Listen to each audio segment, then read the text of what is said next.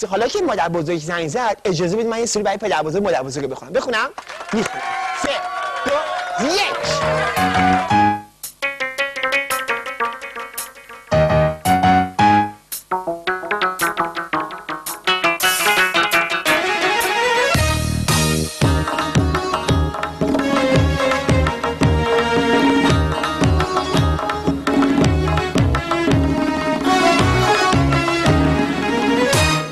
مادر بزرگ مهربون، پدر بزرگ خوش زبون، الهی سایتون باشه همیشه روی سرمون.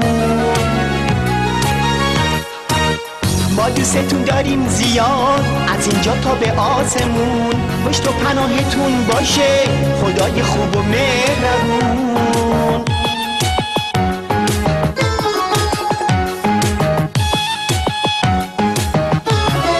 کاشکی که 100 سالشیم 120 سالشیم 120 سال کمه همیشه زنده باشیم.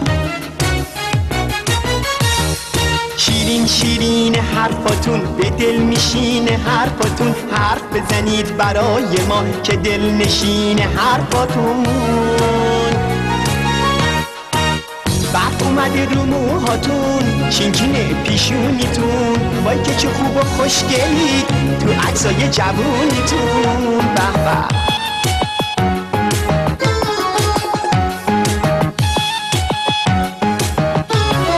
کاشکی که 100 سالشیم 120 سالشیم 120 سال کمه همیشه زنده باشیم. کاشکی که 100 سالشیم 120 سالشیم 120 سال کمه همیشه زنده باشیم.